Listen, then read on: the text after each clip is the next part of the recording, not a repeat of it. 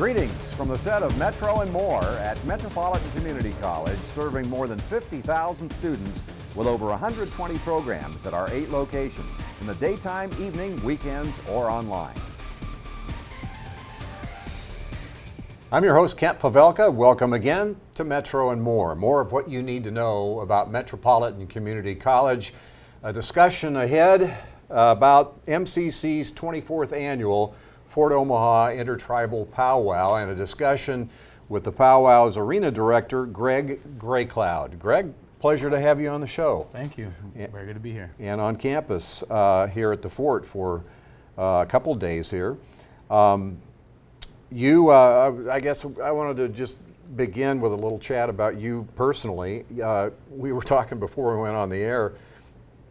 You live in Rosebud, but actually you live in Mission, yes. South Dakota, right? Yes. It was kind of an interesting education you gave me about the geography. Yeah. You want to share that? So Mission is the county, which is a non-native town on the reservation, population of around 1,000 people or so, maybe a little north. But it's located right smack dab in the middle of Rosebud on the reservation. And so it's like a community, and within there is checkered spots of native land to non-native land. And the city of Rosebud, town of Rosebud itself is what, 12 miles away, you said? About 11 miles away from Mission. It's just off the highway, it's south of 83. And how big is Rosebud? Rosebud, that one community is about, I believe, 5,000. 5,000. Yes. And there's 22 communities on the reservation. All about the same size? Some of them fluctuate. Some of them maybe a couple hundred, maybe some of them more 50.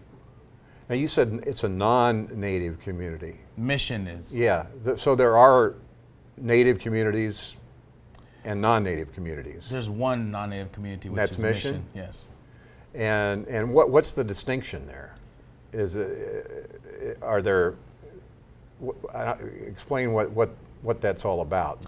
Well, it's just a town that was originally there. It's been there for a lot of years. It was actually a big boom town. A lot of people would go there, and it was where all the cowboys would go. And there was restaurants, there was movie theaters, bowling alleys, hotels, a lot of things that were there, of which the owners eventually sold their property and moved somewhere else. And now it's just a couple of businesses here and there. Yeah. A bunch of cowboys and Indians there. when people think of Rosebud, I think they think of one town, Yeah. but it's almost like a state. Yeah, it's a state within the state. Yeah. Exactly what it is. Yeah. What do you do there? So I'm the co-founder of We Chaw Ugly. It's bringing back Native men against domestic and sexual violence. My primary office is at the Adult Correctional Facility on the Rosebud Reservation, and I work with the inmates there, the male inmates in the facility. I've developed culturally specific healthy masculinity teachings for men. And so they go through our programming there in the facility, and in hopes that once they leave the facility, that the recidivism rate for violent crimes lower, and they have in the past 2 years. The recidivism rate for violent crimes has lowered. If they go back to jail, they're going back to jail for an alcohol or drug-related crimes. Yeah. Yeah. So it's working. So it is working. We also provide men's education for men who choose to batter. So they go through a 6-month course as a DPA to go through our program. I've graduated 9 men in the past 2 years, and not one of them has reoffended. That's great. We'll talk more about that a little later on in the show. I'm curious. Well, first of all, were you born and raised there the whole time? I have lived in Rosebud for the past 4 years now. I moved to Rosebud on the reservation there from Sioux Valley, Manitoba, Canada. Oh. I was adopted culturally adopted up there in Canada, and I've lived there for 8 years prior to me moving to Rosebud. With your folks? You moved? My adopted parents up there, yes. They moved. They lived there. Yeah. But you came to Rosebud with them or not? Without. Yeah. At 8 years old? No. I lived in Canada for 8 years. Okay. And I was adopted 12 years ago by them folks up there, and I moved to Rosebud after that. And you were born? I was born actually in Yankton, South Dakota. Oh, okay. Yeah. Very good. Just north of here. Tell us about, you're Crow Creek, right? Yes. Sioux. Crow Creek Sioux. What is, that's a new one on me, the Crow Creek Sioux. Yeah, the Crow Creek is actually a creek running through there. It's called the Crow Creek. But where Hunkpati translates and it means dwellers at the end of the camp or at the beginning, just not towards the center. We're Dakota, which is the separate dialect, the opposite dialect of Lakota, and we're on the east river of the Missouri River. We're on the east side of there. So the east side, all the reservations that are on the east side are primarily Nakota and Dakota. The reservations on the west side of the river are primarily Lakota. And how many, what about Crow Creek Sioux? Crow Creek Sioux, they're Dakota. Oh, Yeah, that's okay. who we are. Okay, Yeah. all right. What was were the Crow Creek known for anything in particular? Being warriors. Yeah, well, but Crow Creek, there, the town there is Fort Thompson. That's the fort that was developed there. And it was Fort Thompson, named after, of course, General Thompson back in 1800s, drove men and women to that reservation, and it tells a long history of a story. But they had essentially 38 plus 2, so 40 leaders and medicine men and chiefs forced to submit to the government, and by way of threatening thousands of children and thousands of women. And they were taken, those thousands of women and children were taken to Fort Thompson. And they said, your women and children are going to be slaughtered and killed if you don't submit yourself to the government. And so they finally did, and they killed them anyways. wow. Yeah, they drowned them. They let the dam go over top of the village, and everybody drowned. Incredible. Some of the stories, the real history of Native Americans that I don't think a lot of people, very few people really understand. Yeah, a lot of people don't, and it's something that we don't normally talk about. But when we have such instances in the political world where people will start to talk down about Native Americans, we're a proud people.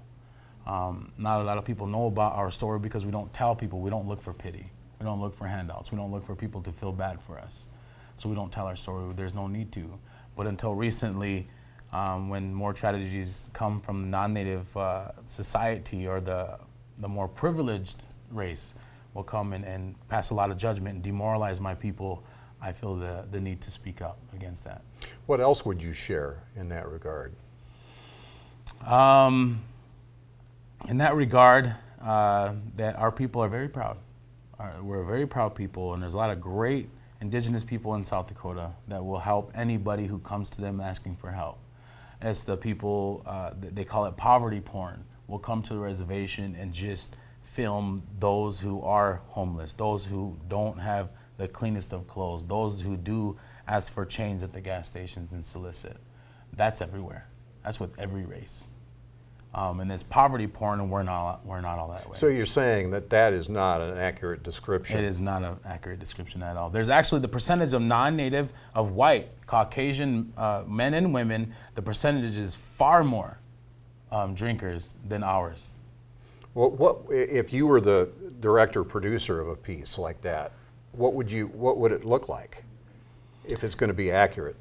It would probably look at all the programs and things that we're actually doing positive on the reservation. We have horse races. We have programs that help women from different reservations to get things that they need in their homes, in their lives. We build homes. We build healthy communities. We have a food sovereignty program where the community garden people will go and take care of that community, or take care of that garden, and they'll get vegetables, fruit, and things like that from that garden and share with one another.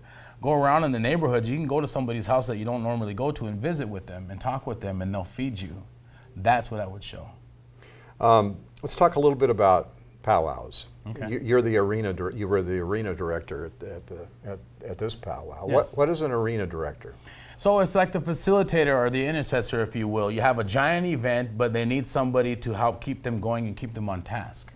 So I'm standing there, and I have my leader stick, which I'll carry with me. You might see if you come there, that I'll direct. It's like the director, of course, arena director. So I'll direct the dancers, the singers, the direction they're going. I'll keep things in order, things that are timely, and all back to back. Because we've on previous shows regarding the powwow, we've talked about the announcer.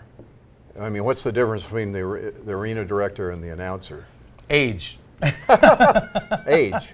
The announcers, the MCs are typically the older of Native men, and they're the ones who kind of, you can sit there and you can just sit there and listen to them all day without ever being bored. They always have something clever to say. They always have a joke, or they direct things with the words. So what I do, I don't speak in front of the entire people at the powwow.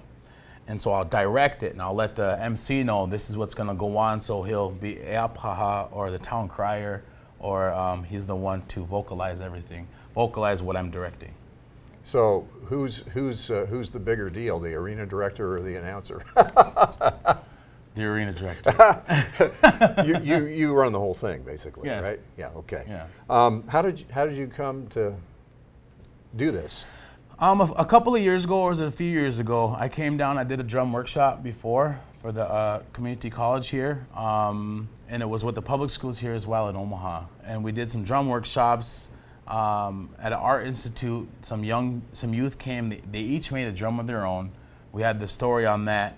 The college here, they liked that, and so they invited me to come to the college on campus, and we did a workshop here and explained some cultural stuff.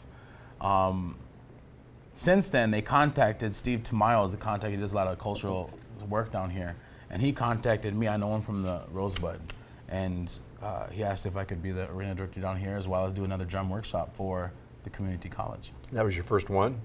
For this college. For this college, Yeah. yeah. I miss seeing Steve. He used to be on the show quite Oh, really? frequently. Yeah, he's been on the program. Cool. He's doing well? He is. He's running Tree of Life up there. There's another program up there. He does. He brings food in, some distributions, and he takes them to shelters and distributes them to folks at the homeless shelter, the veteran shelter, to community members, to the churches, and so he kind of takes care of everybody with food. I'd like to, for the folks who didn't get a chance to go to the powwow and have never been to one, let's start from the beginning and kind of explain the basics of what a powwow is all about. I mean, I think most people have seen probably video clips or whatever, but don't understand all the nuances. First of all, are all powwows pretty much the same? In general context, yes. There's southern powwows, there's northern powwows, there's eastern powwows, and there's western powwows. It's just depending on what region you're in. They'll have a certain way. The part where I'm only educated on and talking, that I'm confident in talking about, is the Lakota or Dakota style, or the Plains powwow. So originally there wasn't a grand entry. That came from the cowboys. When they go through their rodeos, they have the grand entry, parade the flags in all over the place, and do that whole kit and caboodle. Whereas our original way was utilizing grass dancers. The grass dancers who are men and that have had a dream to do the grass dance, and they would, and it's a society that they're all a part of, and they'll go and dance the grass down, hence the name grass dancers. And they'll dance the grass flat, and then the rest of the people would come into it and be able to dance. So there's different categories. There's grass dance, there's the men categories, grass dancing categories, traditional categories, and fancy is a more newer category, but everybody loves to watch fancy dancing. That's a more southern thing, but now we do have northern fancy dance. And there's also a chicken dance, which is our relatives towards the west in Montana and such. The women categories are jingle. The jingle dress is an Ojibwe dance. The traditional dance is a Lakota dance. The fancy shawl is a more contemporary kinds of dance. And they have different types of southern dancers as well. Well, you said there's north, south, east, west. What's the one here at the Metropolitan Community College? I think it's Omaha, so I think they involve more southern. Yeah, Southern. Southern, yes. So, so that's how it begins, with the grand entrance? That's how the powwow begins? That's how it begins now. We'll have a grand entrance where the songs that are going to be rendered are by the host drum. I don't know who the southern host drum is, but they have a northern host drum and a southern host drum to, play both sides of that. And everybody will show their best and dance their hardest right there in grand entry, and everybody gets to watch them along with the flags and the colors and the staffs and the head people and your head committee, and everybody will be recognized there. And then from there you go into categories or intertribal dances where anybody can dance. Well, so does everybody that goes to the powwow dance? They have the ability to. I mean, they can. during the intertribals, which is just drums will sing and anybody can dance at any category, outfit or not. But some people choose not to. Some people choose not to, and you don't have to. You're not Right. forced to dance. So you've got basically a crowd watching Yep. the dancers. They're just enjoying the different dances. The powwow consists of more than just dancing, though. Yeah, there's the dancing, there's singing, there's visiting, there's Right. So you do the grand entrance, and then what happens, or are all of them the same in terms you do of the what? well, you do the grand entrance, and then you go into the flag song. You're honoring the flags, what flags you have: the POW MIA, POW MIA, the American flag. You have your tribal flags, and you have your, of course, your tribal staffs there in the front. You'll have your veterans, if there's veterans here, and then you'll have your headman, headwoman dancers. And then you'll have your royalty, which is your princesses and things like that, if you have those that come to the powwow. And then you have your elder representations there. So what happens after that? Then you go into a victory dance. You sing the flag song, you honor all the lives that have been in battle, and then you go into a victory dance from all the different victories that we've had as the United States or as Native Americans, or as the general context of the form. You go into victory dance, which is normally danced clockwise of the Plains Indians. And after our victory dances, then we get right into intertribals, and we'll break for the intertribals to give time for categories to get ready to dance. And you go into your different categories. And after your categories, it typically starts by a traditional, then a jingle or grass, and then the fancies, and then the chicken or the other specific dances. So all the dancing occurs at the beginning. I mean, you get all the dancing done, then you talked about the other things that happen at the powwow. I mean, the whole powwow is a dance. Powwow, we call them wachipi, but the general context of wachipis is powwow. Wachipi is a dance, a social dance. Yeah. And that's where people get together as like a festival. I almost said festivals earlier to get a better understanding of it to people who don't know what a powwow is. But I mean, it's a The whole thing is festival. a dance. Yeah, the entire thing it's what you do. You go there and dance your style, and you tell your story.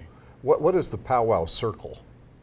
The powwow circle is, you have the pole in the middle, which signifies a different energy. Another energy doesn't necessarily mean it's super sacred, but you go there, and that's the energy that we're based around. Then you have the dancers right on the outside of that. And outside of the dancers are the people.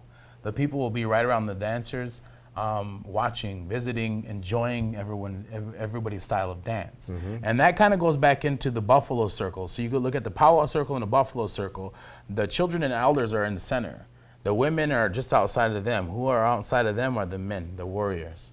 And they all face out. They're all protecting what's inside. So we look at the powwow circle. What's inside of that powwow circle is our culture. Our culture, and we're all surrounding the culture, protecting it. But when it comes to an intertribal powwow, the cultures vary a little bit, right? Yes. From tribe to tribe. So I'm Dakota, Lakota, or Sioux. I'm down here helping arena direct for a Omaha Nation powwow. So it's intertribal. Whereas before, if I were to go to their powwow on their reservation, they probably wouldn't allow me to arena direct for them, not out of disrespect, of course, but because it's their way of doing it for their own people. It's specific to their culture. Or how different is an intertribal powwow from a tribal powwow? It just involves a lot more other people's perspectives. So we'll ask different people to pray. We'll ask other dancers. The headman, headwoman aren't just one tribe. They come from different tribes, so they'll bring their aspects of dance as well, and they'll display those. And we'll focus on some of the stuff I know from back home, only because I'm arena directing, or somebody else chooses to share something, I'll allow that as well. Greg, what's the history behind the powwow? What was the occasion for having a powwow? The occasion was to entertainment, but not for us. The entertainment was for a cowboy, a lot of different cowboys from the cavalries and different things like that started. Wild Bill, who killed thousands of Lakotas and Dakotas and slaughtered millions of buffalo in order to kill us. And he then started powwows where Indians would hoop and holler and do your Indian dance or rain dance, whatever you called it. And you would demoralize and just, it was embarrassing for the nations to originally do it. And But that's how it started. Entertain the cavalries, entertain the armies. Well, how did it get morph into something that is living today and is positive? Because they took our societies and they made them dance. Our societies of the grass dancers. They took our society and they made them dance for food because they killed all the buffalo and they controlled them. So that's how they controlled us, was controlling our food source. And so once they controlled all the food source, they said, you have to come and dance now, hoop and holler around so we can have a good time and we'll give you some meat. And our other traditional, it's a scout, or it's a traditional dance is what it is now, but originally it was our scouts would scout in front of the entire people, making sure that where they're going is safe. And they would do different movements and different things that they would do specifically to look for, safe environments. And they would come back and tell their story of what happened in their journey. And then our people would follow. So those things were already a part of our culture. Now powwow dancing, the festival, is a subculture of what we do. So we're continuing to tell our stories, but not necessarily hoop and hollering and showing off and creating a show for a bunch of non-native folks. Right. Now it's more of a pride thing. Yes, that happened in the past, but this is our real story. So it started as a negative. It started super negative. And now it's very important part of the culture, to keep culture going, right? Yeah, we keep our culture going there, but it's originally to get, what it is for the younger generation to get more involved, to make it fun for them. Because I can sit there and listen to a grandfather back home in Rosebud, listen to him tell stories, and he's telling a story with a monotone voice, and the child's not going to get into that. He's going to be bored, he or she. But I can get into it. I can dig it. But what the kids can't dig is the powwow itself. Listening to the elders, but what they can is the powwow, and they'll have fun. They'll have fun at the powwow and be like, okay, this is super fun. I'm gonna go dance in front of my grandparents, and they're gonna love it, and I'm gonna listen to them.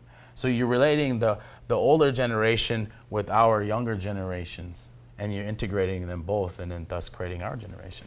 Tell me about drum making. You had a drum making session in conjunction with the powwow here at MCC. What's that all about? So they wanted a drum making workshop here. I brought a drum down and told the story, the creation story, the origin story of our drum. Our drum came from a woman whose name was Eagle Tail Woman.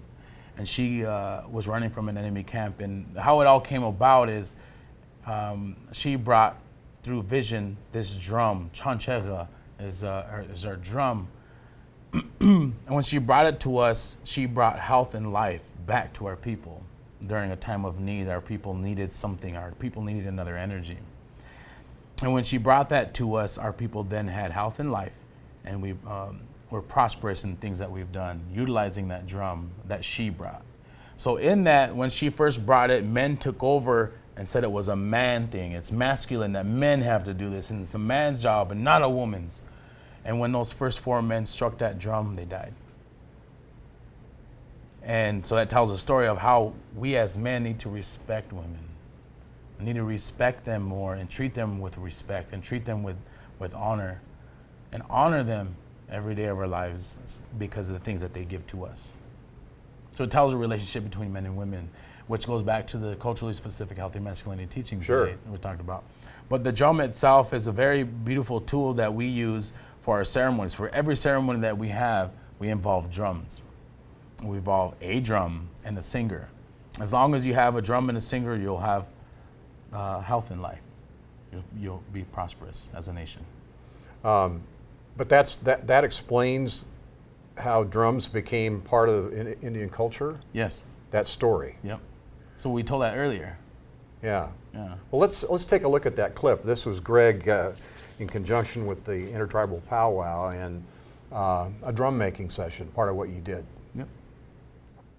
My name is Greg Cloud, co-founder of We Chaw Ugly, bringing back Native men against domestic and sexual violence. Today we're going to learn the origin story of the drum. So there's a few parts to the drum. The rim, the checha. The checha is the round or the shell or the kettle. The next part is the taha, and the taha is the lacing. And taha means a hide strap. and this is our tahan. So it's one continuous lacing cut out of the hide. Sometimes I like to stretch this out, and it'll tell me where the weak spots are, if I have any. So the story comes from a woman, Wambuli Sitewi, which is Eagle Tail woman. Eagle Tail woman lived in a very small camp which was raided by an enemy tribe. Everybody was killed. Eagle Tail woman escaped, and she ran, and she ran and ran, and the enemy were close behind her. She came across a pond. When she came across this pond, she submerged herself into the water, and she watched with her eyes open while she was in. Underneath the shallows of this water, this pond. She watched the enemy pass by, and they stood there as if they knew where she was, and they waited. Eagle Tail woman went into a vision. This vision was of a woman. Her name was Ptesonwi. Ptesonwi is the white buffalo calf woman. The white buffalo calf woman said, "Here, my sister, I'm going to show you something to take with you that'll help you, to take with you that'll save you, that'll bring life to you and to wherever you call home." She watched this woman piece together rawhide from a carcass. When Ptesonwi was building this drum, he was always humming a very sweet tune, very beautiful song Ptesonwi was singing. She told Eagle Tail woman that she needed to learn these songs because what she's making, she's going to use, and she's going to bring life and health to wherever she calls home. So she took the stick and she hit the very top, and it made a sound. Eagle Tail woman was surprised. "What is that?" She said, it is a drum, a chancheza.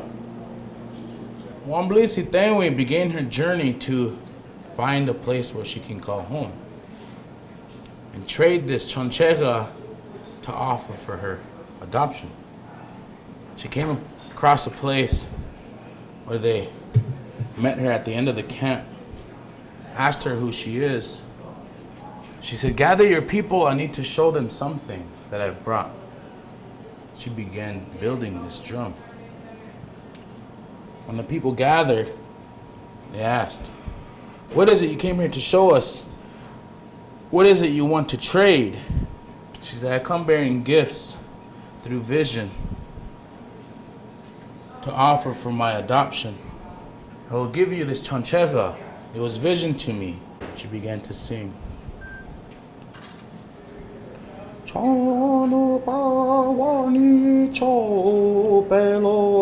And there was 4 men who started making fun of this woman. As she was singing, people grew flustered, they grew confused, they grew all kinds of things. These men said, "That's not a woman's job. A woman's not supposed to tell us how we're supposed to be." And the men said, "I think this is a job for men. A man should do this. This is a man's tool. This is a man's drum. She don't know what she's talking about. This was gifted to men. This is supposed to be for a man." So they went to Eagle Tail woman, interrupted her song, and said what she is doing is not for women. And for that reason, these men were going to take this drum from her. Without trade, they were going to take it. Once they took it, Eagle Tail woman didn't do anything but listen and watch. Because she knew that you had to have a good mind and a good heart to strike this drum. So as they began remembering the song that Eagle Tail woman sang, they took their drumsticks and they took the drum. And they started drumming the drum. As soon as they start singing, each of those 4 men were struck by lightning. And they were killed in front of all the people. And they were burned by this lightning. The people grew very afraid. They wanted her out, and she explained, these men did not respect women. For this chanchera, this drum came from a woman's vision. This drum is not mine, it is for you. Remember, people, you must have a good mind and a good heart when utilizing this drum. For if you don't, the Creator will show you right from wrong. The four men who are forever bounded to the story of Utah woman. And it's pretty much even all the way around there. See that?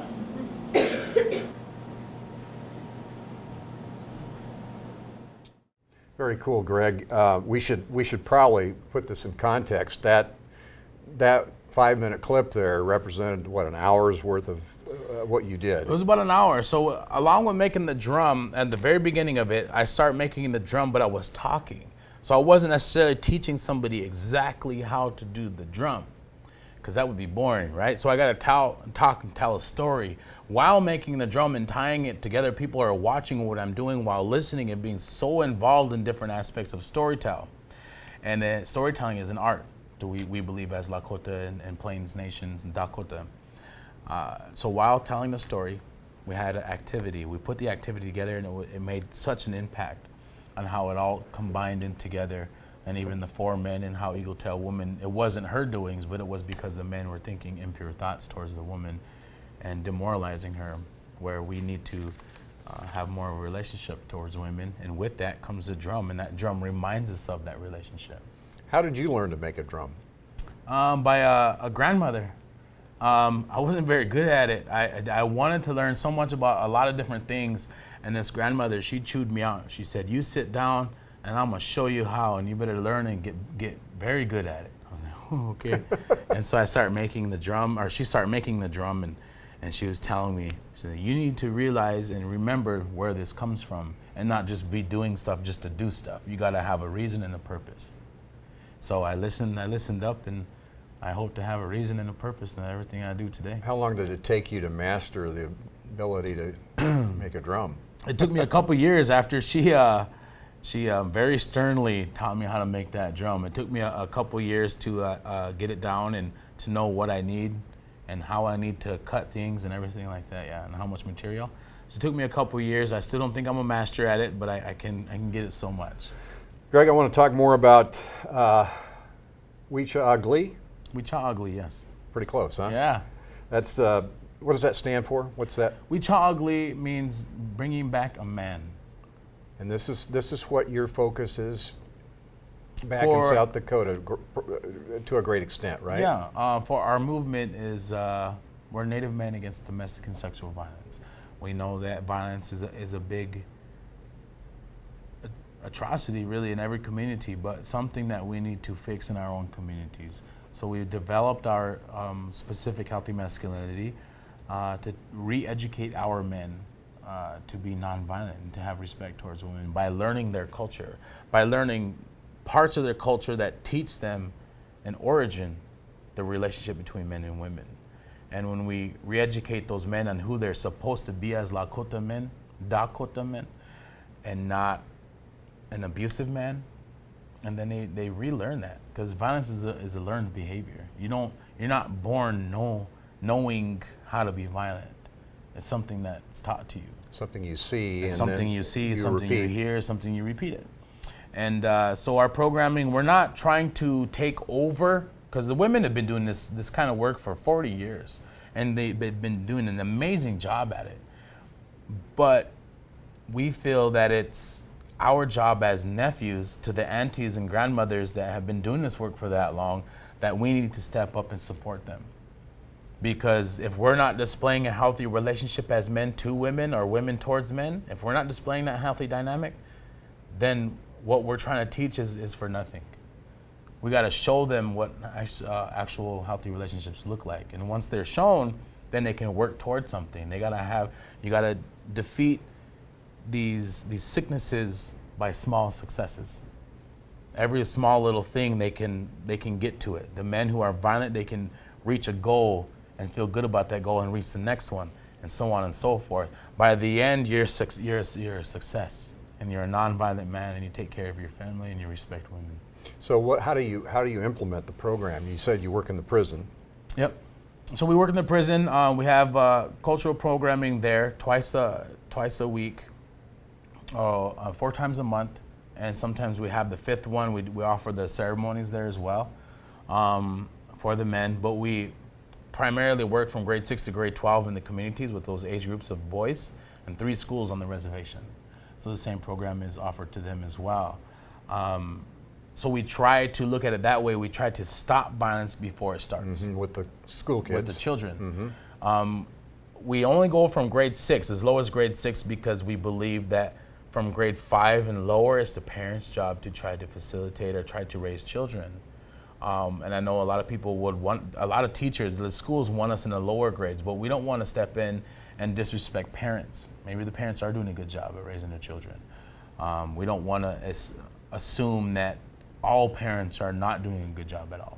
So we let them be parents first. And if they need that extra help, we step in as uncles and not trying to take over for parents, but we step in as uncles, like other relatives, distant relatives, to help gear their sons, their nephews, our nephews, them young men to being just outstanding individuals as best as we can. Is this a problem that's inordinately big to Native American culture, or Violence? yeah, domestic violence? Because I just Well, I mean, like I said, it's big everywhere. yeah. It's just something that, whereas I want to end primarily because my upbringing, where I listened to my mother cry herself to sleep every night because of what a man did to her. And that's something that I had to live with. That's my trauma. And there's other things that had happened, but listening to her cry herself to sleep made a huge impact on me as a man and how I formed myself to be a man. She raised me to be a man. And I wanted to stop any woman, all women, and I want to prevent them from crying themselves to sleep at night, because that's not a great thing to hear. That's not a good thing to hear, so I want to try to prevent that. And it's in every community, but on the community on the Rosebud, so much more because of there's different political stuff that's going on, but we have a certain corporation it's claiming eminent domain through our community, and we're trying to stop the non-Native men to come in and to harm our Native women. 86% of the perpetrators are non-Native men for rape, sexual assault. And 1 in 3 of our Native women are sexually assaulted in their life. So those are high rates. They're double the other women of color in the United States. And so Why do you think that is?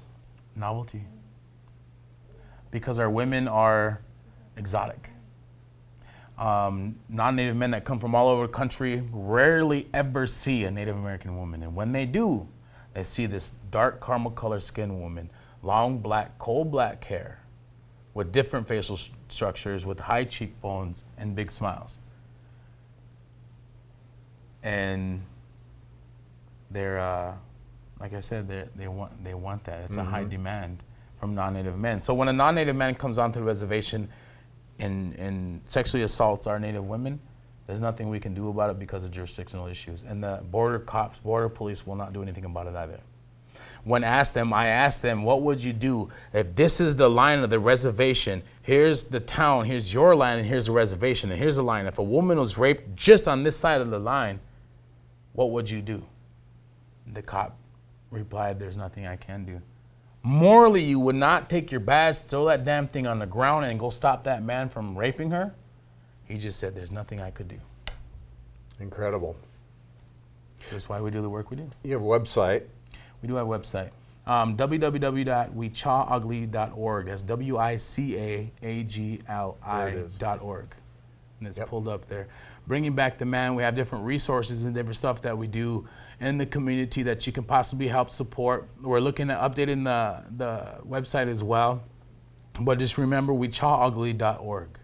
We're trying to end domestic and sexual violence against women. And Facebook page? There is a Facebook page. So it's facebook.com /wechaugly, WICAAGLI. It'll take you straight to our Facebook page as well. Is what you're doing in this regard with this program, would it be a good model for non-Native Americans? I mean, would people do well in other communities and outside Well, what we're trying to do right now is branch off not just on the reservation of Rosebud, the Sicangu, the Burnt Thigh Nation, but we're trying to branch off to other Lakota reservations because it's the culture that we know of. So essentially, we want the entire Ocheti Shakoi, all the reservations in South Dakota, to have their own form of Wicha'agli programming on their reservation. From there, we can branch off to other tribal nations, but we have to learn their culture and implement it into theirs. As far as non-Native communities, maybe people of color, people of origin, and with other indigenous backgrounds, with their relatives down in Mexico, or our relatives who are African American or Afro American, and people of color, it relates to them because it's culturally specific. People of color normally have a culture of which they don't follow, but as long as it's culturally specific, the men and women will involve themselves more and be super impactful. Well, I think it's a great program. Sounds. Do you feel like you're making progress with it? We do. In the past 2 years, so the organization was founded 2 years ago in 2013 by this group of women that said, it's time for you guys to do something. What can you do to help us? And we said, well, we Wicha'agli. We can come back. It's time for us to come back and support you as women. And through those 2 years of offering the programming and doing everything and advocating for women and solidarity between men and women, and not us trying to take over, but us just standing and helping them, I think we've made a lot of success. A lot of the national organizations that are against domestic and sexual violence for prevention, they support us in the work that we do. Very good. Let's turn back to the powwow a little bit. Yeah. And your duties as arena director. Do you need to summon a certain energy or feeling, or tap into some kind of spirituality to do what you do? At the powwow? I don't necessarily think we need to summon that. That's done we ask an elder to pray, and they'll do that themselves, bring that energy in. Myself, to do what I do as an arena director, it just comes from experience. Comes from knowing those roles that we have for each category of dance, each gender for their dance, and knowing facilitation. So you have to be a good facilitator, and you just got to know. You got to have confidence in what you're doing. This is not necessarily summoning energy, no. I think. Correct me if I'm wrong, but each powwow starts with a prayer, does it not? Yep. Is it the same prayer? What is it? What is the? It's a prayer. So this one, I'll probably ask somebody native to this area, to this community, to come and offer the invocation. The invocation, the pray if they believe in Jesus, if they believe in the Bible, they believe in Allah, they believe in whatever. As long as they're native to this community, they'll pray in their own way. It's whatever prayer they feel is necessary, and that they'll offer that. But there is there not, a pretty significant spiritual aspect to a powwow? Yeah, in ways, because you're like you said, summoning the spirit of and the energy of the dances. You're bringing that together, so it brings together a festival that is like no other. Everybody has fun. There's so much pride in the air that people are showing and displaying the best of who they are. And again, it's got to be a little bit unique in an intertribal event. Yeah, it's pretty fun. It's because you have so many different people there displaying so many different dances, and it's good to make those connections and relations. Well, how different are the various Native American tribes? Because you come together in a powwow and you show your stuff, right? But just in terms of culture, how different are they from one another? Completely different. Our culture is to ours. Our heart is on the Black Hills, and so that's where our creation begins, is the Black Hills in South Dakota. The Omaha, their creation is here. I don't know their background too well, but it's completely different to ours, geographically and demographically. And that's something that I don't understand, but I totally respect their belief. But it's more Southern. They have a Southern style of singing, so the pitch of the songs, the type of songs, the way they sing the songs, the way they dance, and their speed when they dance them, the clothing that they wear is completely different. The colors, the designs, the feathers, everything, the body language, the style they dance is completely different. Yeah, those are the differences in terms of what you see in the powwow, but I'm saying how different are the cultures themselves? The cultures, like I said, back to the creation stories, their cultures, the language is completely different. Their beliefs are kind of similar because we all believe in there is one creator. He just has different names, because of the languages. And the honor for animals. Yeah, the honor for animals, the respect for Mother Earth, for water. Water in every tribe is the same. And every tribal nations in South Dakota or in the U.S. and Canada and Mexico and Brazil and South America, they're all the same. The respect for water is very, very, very high. So I guess in those contexts, in that context, that our cultures are similar. Yeah. But the origins of it are completely different. Right. But in the end, the origins may be different, but the belief, the strongly held belief systems have something in common. Yeah. For people who didn't make it this year, maybe next year to the Intertribal Powwow, is there proper etiquette to attending a powwow? No, there isn't. You see a powwow, you see a poster, you see a flyer, you see it on Facebook, you see it on social media, you see it in the post office, you hear somebody talking about it, your mother, your grandma, your auntie, your cousin, somebody, anybody. Doesn't matter. You hear about a powwow festival happening anywhere you are in your state, go to it. You're more than welcome to going. Whether you're Native American Whether or you're not. Native American or not. You could be black, red, pink, yellow, orange, doesn't matter what color you are, you're welcome at a powwow. But I mean, if you come into one for the first time, you kind of don't know how to behave or what to do Their or what not to stands do. is come and just plant yourself there on a bench and watch. You could even dance if you want? You can dance during the intertribals. Yeah. The intertribals is not for just one dance specifically. It's for everybody. So you can learn a couple of moves. A simple two-step is a pretty good way to start. How important is maintaining the tradition of the powwow to Native Americans? I mean, in your opinion, is it vital? In my opinion, no. I mean, it's fun.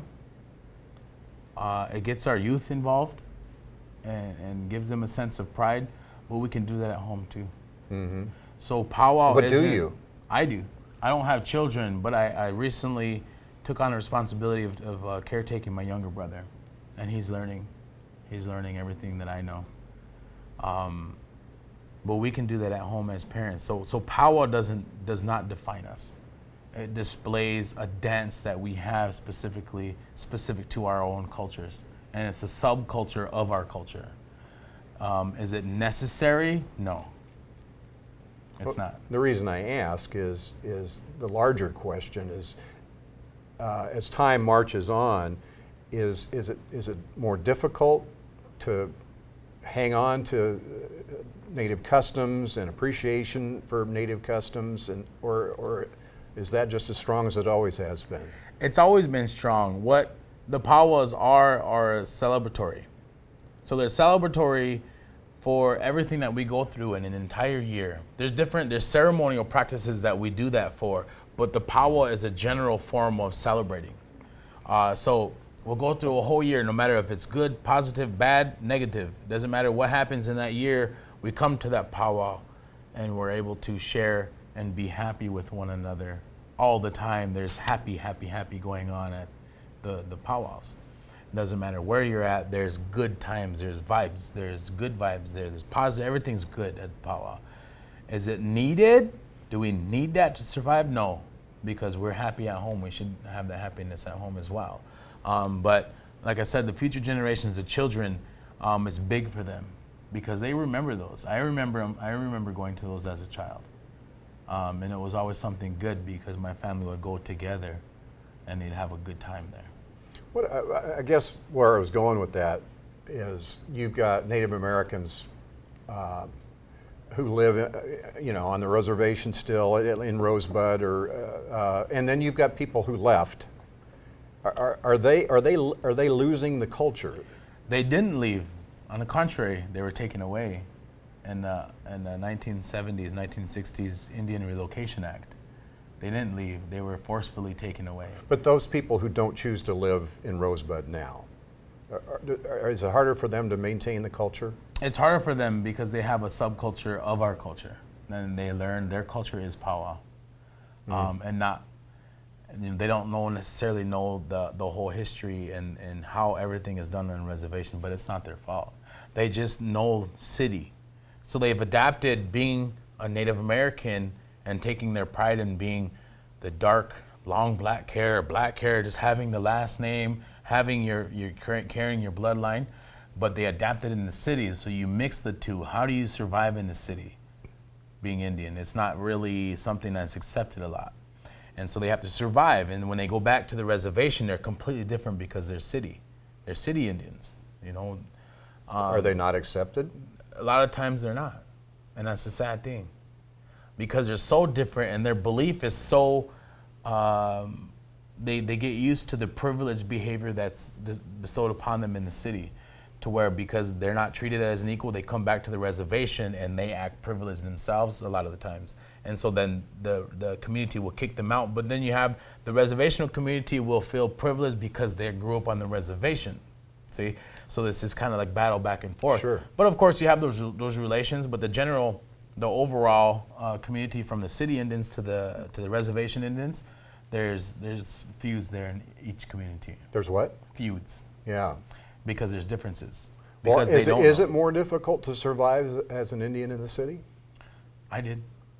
I mean, well, so you can speak to that. Is life better or worse or more difficult or There's easier? no sense of community. Our nations, our tribal nations, doesn't matter what nation you are, our indigenous nations are fixated and focused on our community-based relationships. So like I said, you can go 3, 4, 5 houses down, a mile away from your house, find another house and they'll take care of you. They'll feed you. Are you hungry? Are you thirsty? In the city, you can't do this. You can't go knock 2, 3 blocks away from you, go knock on their door and say, can I have something to drink? They don't know you. You get off of their property. You're rude. You're disrespecting. You're trespassing. There's no community, you know? As much as we think we have community in the city, there's none. And you said you've done both. Yes. But you said it's difficult to come from the city back to the reservation. How did you overcome that dynamic that you were talking about? I did it slowly, and I came back into the reservation because I bounced around from a bunch of different reservations all over the place. So I wasn't just at one. So when I went to another one, I went and I had certain skills to go to the reservation that, you know, part of that reservation needed some of those skills that I had. And I would share them openly without ever asking for anything and expecting anything in return. And so I went there in a good way. I went there sharing something that I had, which was knowledge, and it wasn't ever really monetary. I didn't have all the money, you know, but I had a part of a knowledge, a part of something that a part of an understanding that other people didn't understand and wanted to. And so I went to the community and shared that. And they came and they accepted me with open arms. Is there much of a desire for many Native Americans who live in the city to return? There is, but there isn't, because and I've known this, I know many people who live in the city, they like that fast-paced lifestyle. And they're too used to it to go back into the reservation and in the country where there's only one store that, you know, 10,000 people have to share, and the nearest friend is 3 miles away from you and you have to walk that, or it's so far apart, every community. There's just a lot of land base. And we have 1 million acres on the Rosebud, you know, and there's not a lot of resources. Probably not altogether different than the proposition for anybody to move from the city to a rural, rural area. But even in the rural areas, they have more economic opportunities and development. Yeah, you said one store for 10,000 people? That's not very good, huh? Like what kind of store? We have 2 gas stations on the reservation and a new one in a different community. So 3 gas stations and a reservation of 40,000 people. What's the answer to that? I mean, economic development or? The answer would be economic development, but there's not a lot of monies for that on the reservation, you know, and the folks that are out getting schooling get a taste of the city life and the busy, fast-paced life and how they're treated once you have an education. When you come out of the reservation, they don't want to go back. Why did you? I went back because I knew there were many people and many women like my mother who had to cry themselves to sleep at night living in the city. And people that are lost without a culture, without a purpose, without a goal. So I went back to help my relatives find and achieve those goals. Very cool. Very cool. Thank you. Have I not asked anything that you'd like to share with our viewers before we get out of here? I think you covered pretty much everything on anything that we wanted to talk about or share for this community here in Omaha. I think, you know, to those that are going to school, like we were talking about, if you're an indigenous and you are going to school to be a teacher, to be a lawyer, to be a doctor, to be a nurse, to be whatever it is you choose to be, I'd like to share and say that people need you. Your reservation needs you, your nations need you, and to find a way to get home and help your people. And that's something that I'd like to share. Is that message getting out there, and is it falling on deaf ears? It is not, I don't believe, because I talk about it every now and then, and every speech and every place that I'm asked to go and speak, and people are still asking me to come and speak for them. Different reservations, going to DC, New York, Denver, LA, Seattle. I've been everywhere and saying the same message. You feel like you have a mission. I believe so. And where is it going to take you next? I mean, life changes. It does. The only thing that does stay the same is everything changes. You're right. Yeah. Where I'm going next is back to the community. I have a lot of work to get done. I help and co-run a ranch, and we offer equine therapy for children's mental health. And so I gotta go check on the critters and all the horses back on the Rosebud, and then I'm going up to Sisseton, South Dakota, which is the far northeast corner reservation, and they're fighting their public school's mascot name, which is the Redskins, and they're desecrating ceremonial items and playing mock ceremonies for homecoming events and demoralizing and treating Native culture as if it's something of the past. And so people feel that the school is being super racist, and they want me to come up and speak on that. Many people would say you're an activist, basically. Yes. Yeah. A proud activist. A very damn proud activist. Very good. Any thoughts about Omaha and the Native American culture here? Omaha is interesting. It's very interesting. The culture here, I don't know if a lot of people know it, but Omaha was known in the early 1900s for making hot dogs. Did you know that? What does that have to do with Native Americans? I don't know. There's just, I don't know, maybe Native Americans worked there, but they were known for making hot dogs, and it's just something for the Native Americans here in this community to get involved in, the things that you need to get involved here and things that are allowed for you here. Yeah. Well, meat packing. Meat packing, and Yeah. it was hot dogs. Yeah. Yeah. I did not know that. It was. Greg, thank you. Appreciate it. I enjoyed it. Thanks for having me. Greg Cloud with us, and thank you for being with us on Metro and More. Our goal is to better acquaint you with the mission, leadership, and the reach of the college. For Metropolitan Community College, I'm Kent Pavelka.